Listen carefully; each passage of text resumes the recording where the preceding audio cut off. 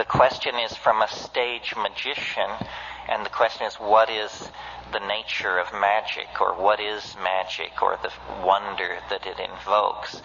There are two theories. I mean, magic is not a trivial issue at all. There are two theories about how the world works, and each one depends on a fundamental assumption about what the world is. There's the scientific theory, which says the world is tiny packets of matter squealing along through empty space at close to the speed of light and subject to a certain set of interlocking laws. That's what science tells us the world is. Another theory is, and to my mind, a much more appealing and even intuitively correct theory, is the world is language. The world is made of language. We can say that the world is composed of little demons doing calisthenics, each one the size of a pissant's eyebrow. Or we can say the world is made out of wave mechanical packets of matter flying along at the speed of light.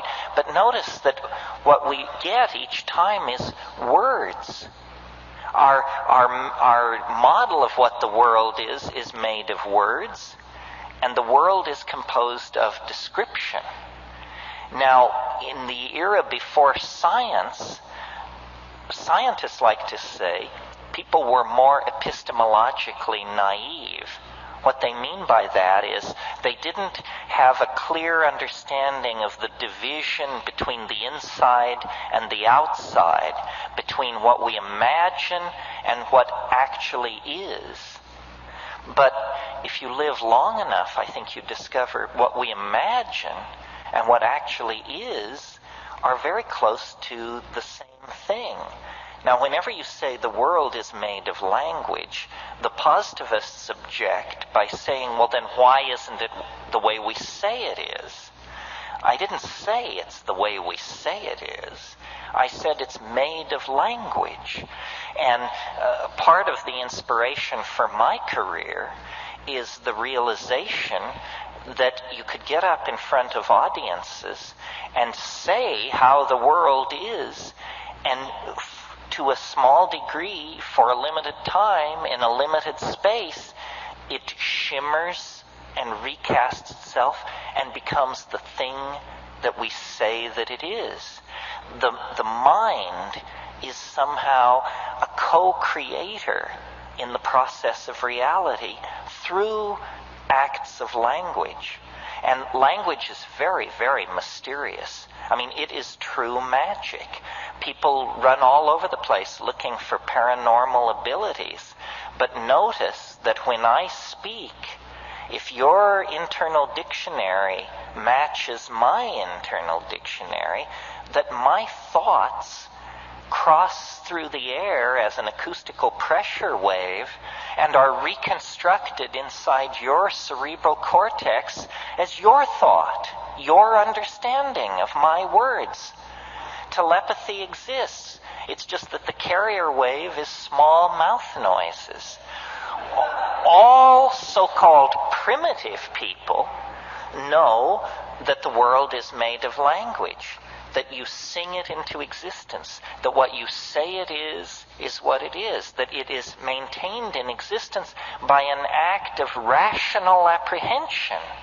And it's only science which has taken this very weird approach and said, no, the world is somehow independent from the act of description. And this is not a situation where we have two separate points of view, both open-hearted and trying their best to work hard for you. Science carried out its analysis of nature to the point where it shot itself in the foot. Science carried out an analysis of nature that went to such depth that it discovered that nature doesn't exist except as an object of description. that there are no little objects winging their way through empty space. There is only a situation describable by multi-leveled fishy formula, and when you drop a mind into that situation, the fishy formula condenses out into a little particle which can be measured. Mind is necessary for the world to undergo the formality of existing. This is what quantum physics teaches. Unfortunately, this news has not reached the other sciences. This is a real failure on the part of science. You see, throughout the 19th century, physics was the paradigmatic science. It was the science everybody envied. It's not unusual in physics for theory and experiment to be congruent to 3 decimal points of accuracy. That just causes scientists to go wild. They love that when theory and measurement fall into congruency like that. And so everyone wanted to be like physics.